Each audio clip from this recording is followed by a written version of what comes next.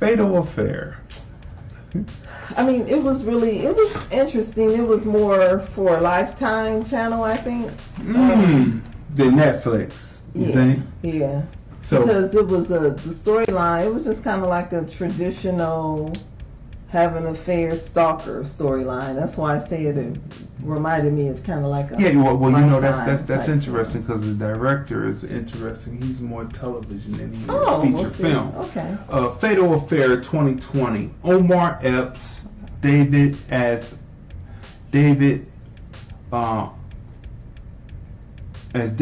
Nia Long as Ellie, Stephen Bishop as Marcus, and Aubrey Cleland as Brittany Warren, right? Mm-hmm.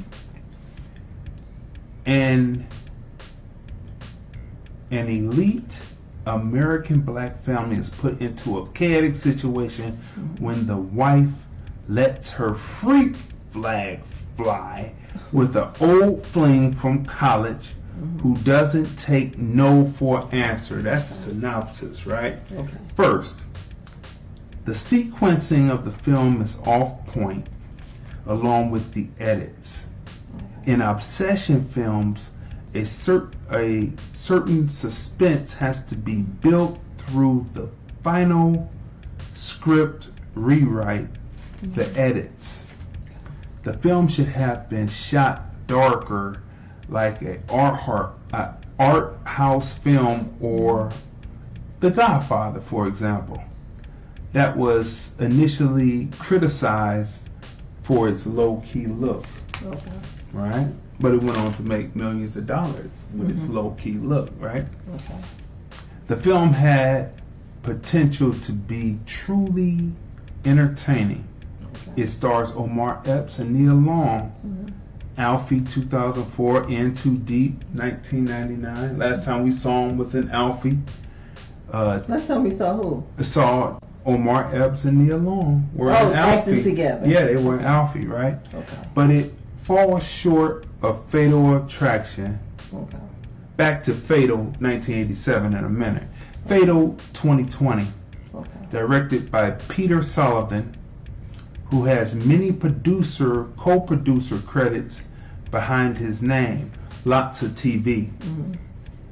Written by Sullivan and Rashida Garner. Did you know that Rashida Garner is a black woman? She co-wrote this piece, right? Oh, okay. Fatal 2020 falls into a disjointed attempt to edit uninspired acting into a thriller. Edits by Randy Carter. Okay. I had to research this. See, a lot of people just say that something is trash, but they really never tell you why it's trash. They just say it's trash, right? But we're going to break it down for you with the research, right? Thrillers are about cinematography angles, right? Which are missing in this film. Cinematographer Eaton Almangor, right? Another ethnic person. Interesting. We can't tell if it's the acting or the angles that makes Fatal 2020 such a potentially good film if both were directed better with skill and knowledge of the obsession genre. See, there's something to knowing the obsession genre. Matter of fact, this show could just be called Obsession because each one of these films that we have reviewed, even the Sand Pebbles previous to this one, is about obsession.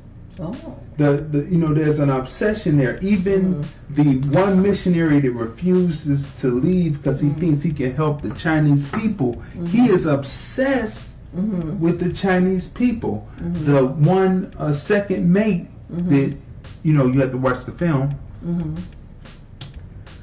is obsessed with the hostess, the Chinese hostess, right? So each one of these films have obsession within them, and all the things that we're coming up with next, like Nurse Ratched, stay tuned, and the other film, Laura, stay tuned, that's a classic we're going to be talking about, all have obsession, right? Take Fatal 1987. See, we do Fatal 2020 and Fatal 1987. Okay. The pacing, the storyline was allowed to develop over time in REEL time, real time, right? Glenn Close portrayed Alex Forrest so good it may have slowed her career. Producers going with Meryl Streep more instead, right? And for which one? For any film after that. I'm just saying that her career seemed to have slowed down because it was her and Meryl Streep. Okay. And she did this film and it seemed like, just looking at it, Glenn Close, her career slowed down. Producers going more with Meryl Streep, right? And thus Meryl Streep's legend has grown and Glenn Close just is re-emerging, right? Right. Or maybe she was a method actor and she couldn't shake that character of Alex. Yeah. Could be, and you know, sometimes people need, but we don't know that for sure. But anyway, Michael Douglas, Dan, and Ann Archer, Beth, drawn into Alex's world to the climactic end, right? Okay. Now let's take Fatal 2020. Okay. You see, what separates Fatal 1987 from Fatal 2020 is the protagonist, which is the husband and wife. And this is what I mean by that. The husband and wife run around in the climactic sequence with no aim, rhyme, or reason, no agency. See, the difference between the films between the husband and wife and Fatal Attraction and the husband and wife and Fatal Affair is agency. The writers did not write the American black couple with agency. Right. They were running around and at one point people started saying, as the stalker is pursuing them, the viewer keeps saying, what? What's this? Like, you wouldn't do that. Like, and then at the end, it's never clear, was she in love with the Omar Epps character or wasn't she? No, she wasn't. Because when he it was clear in the beginning. Because when he goes off the side, she says, "Oh," and well, that was just because it was a classmate, somebody she knew. She was holding on. Well, she didn't want the man to die, I guess. That's what I'm saying. There was no agency put into the picture, right? Yeah. So let's go through this, people. I had to go to a average on this score, right?